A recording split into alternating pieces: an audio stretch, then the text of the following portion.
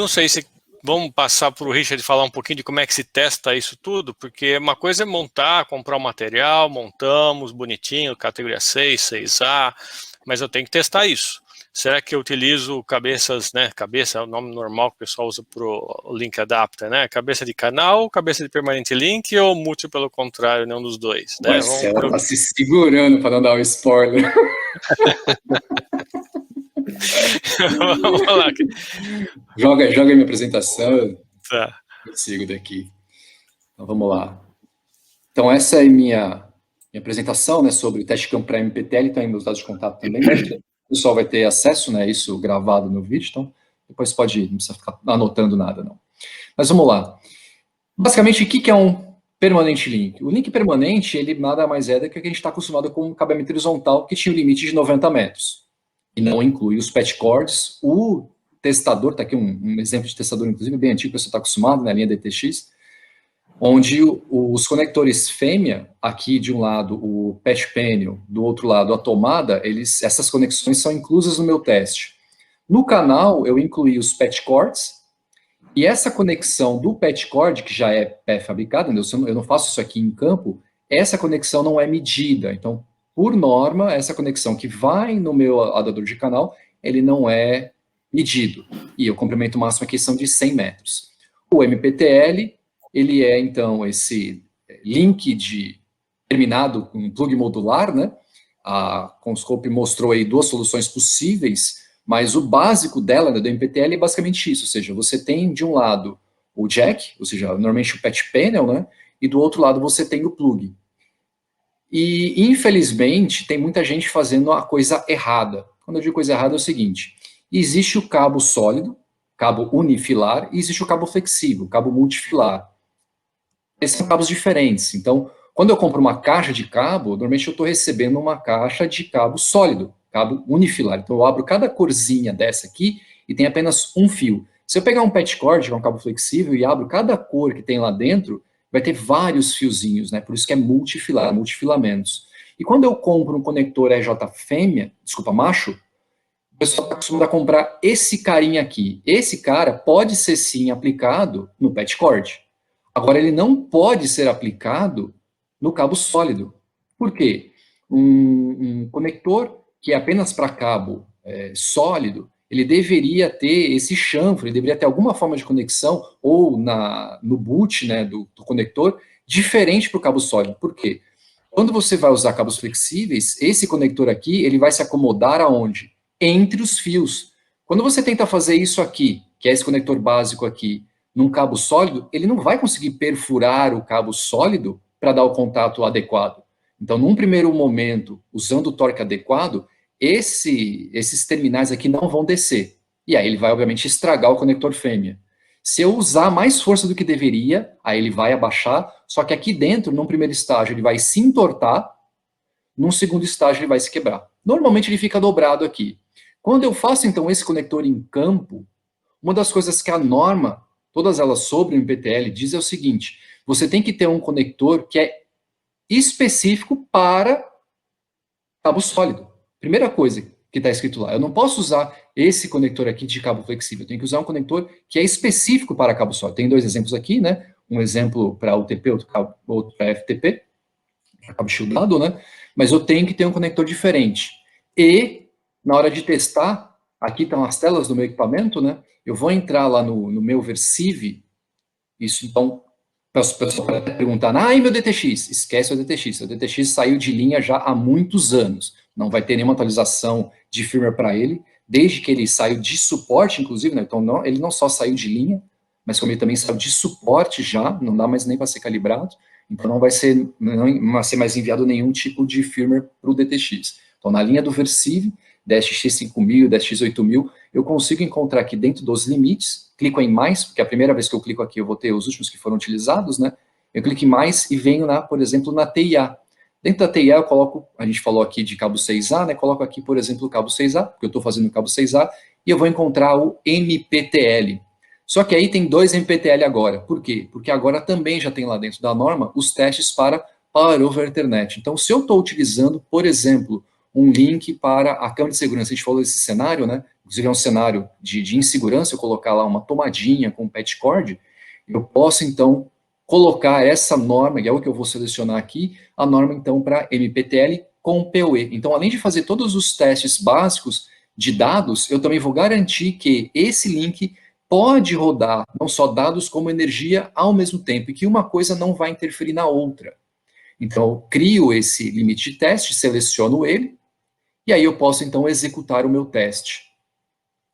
Uma das coisas que eu quero comentar é o seguinte: quando você tem a primeira solução do MPTL, vou voltar até os slides aqui, esse conector aqui, ó, para quem não percebeu, esse conector aqui que está na minha unidade, onde vou testar o conector macho, não pode ser um adaptador de canal. Para o MPTL básico, né, onde eu fiz a terminação, a gente acabou falando, quando eu faço aqui o teste de canal, a minha cabeça de canal não testa essa conexão aqui. Quando eu faço essa conexão, ela tem que ser testada, isso está na norma. Então, eu não posso usar o adaptador de canal. Por quê? Porque ele não testa. Eu tenho que usar um adaptador de patch cord. Eu posso pegar, então, como adaptador de canal, pegar uma cabeça de categoria 6A e sair testando 6A, 6 e 5E? Também não. Eu preciso de uma cabeça de 5E, uma cabeça de 6 e uma cabeça de 6A para cada tipo de cabeamento diferente. Então, o MPTL básico só vai funcionar dessa maneira. Se eu tiver com uma cabeça de patch cord, com o limite apropriado, com a cabeça apropriada para este link. E aí, a Conscope veio com essa solução do CCA, onde eu não preciso mais fazer isso. O que eu posso fazer? Ele pode se passar por um conector único modificado, existe uma norma assim, onde ela não está, desculpa, dentro da TIA, existe dentro do documento BIX, mas está dentro do equipamento, e aí você consegue testar link permanente e canal, sem problema algum, ou você pode incluir um patch cord, lá no lado do link, onde seria o link permanente, lá no patch panel, e testar ele inteiro como canal. Também pode. Será que então eu posso colocar um patch cord no meu link lá no lado do patch panel e testar como canal? Não. Se você fez o MPTL do jeito convencional, aquela terminação que você fez em campo continua precisando ser testada. Diferente da solução CSA que a Conscope está apresentando, que ela não precisa ser testada por quê? Porque ela é pré-conectorizada, como os nossos patch cords. Então eu não preciso comprar acessórios a mais se eu vou utilizar uma solução CCA da Conscope. Ok? Tem uma perguntinha aqui do Felipe, mas antes eu queria aproveitar e perguntar o seguinte, já que você está com a mão na massa aí, você mostrou que tem que se testar com a cabeça de adaptador de patch cord, para ele poder incluir Sim. o RJ que é crimpado em campo. Existe uma alternativa que a gente às vezes vê, que é colocar um rabicho. Você usa o adaptador de canal e ainda usa um rabicho macho-fêmea para você ignorar esse macho que tem um rabicho e incluir a conexão fêmea com o MPTL. Isso pode ser feito? Não pode? Não, como é que... Não. Acho que quem faz está na cara que está conchambrando a coisa, né? Não pode fazer. Tá errado. É o jeitinho brasileiro. Você procura em qualquer norma que existe, se existe, por exemplo, Benjamin, o que a gente conhece, nossa derivação de T de energia. Isso não existe em norma nenhuma. O brasileiro adora esse tipo de coisa, né? Mas, infelizmente, não é suportado por norma. Fazer isso significa incluir mais componentes do que deveriam estar lá. Então, eu estou testando não só essa conexão, que não foi testada da primeira vez como canal, né? Mas também estou testando um cabo adicional. E eu fazer esse cabo, e aí o pessoal da Conscope pode falar melhor. Esse tipo de cabo, que é um cabo flexível, que é como se fosse um patch cord, né? Ele vai poder fazer uma quantidade de conexões, que não é alta, é baixa. Vou chutar aqui entre 100 a 200 conexões no máximo. Depois disso, esse cara nem pode ser mais usado para nada. Então, eu vou produzir falsos negativos, então, falsas falhas nesse caso. Sim, eu posso estar incluindo um erro, eu posso estar induzindo um erro na medida, né? Eu estou incluindo um erro na medida. Você com certeza está incluindo um erro. Esse erro foi o suficiente para fazer o link reprovar? Talvez. O ponto que muitos integradores falam é o seguinte: mas então, se o meu link deu passa, significa que ele está muito bom, né? Não, realmente, é porque ele está muito bom. Agora, quando você tiver os casos de falha, aonde está o problema? Tá no link que você está certificando, que é o link devido que vai ficar para o cliente, ou tá nessa gambiarra que você fez aí? Não tem como saber, não tem como afirmar. E começa a colocar em risco a instalação, porque você mesmo assim, você pode ser que essa ponto que você colocou o rabicho para tentar ter esse ganho, ter essa vantagem para não ter que comprar nada, realmente mesmo assim você não conseguiu garantir essa ponta. Então, não, esquece qualquer garantia de fabricante, né? A Conscope já ia comentar agora, uma garantia dessa. Verdade, pessoal, isso tudo que o Richard falou faz parte da garantia estendida da Conscope.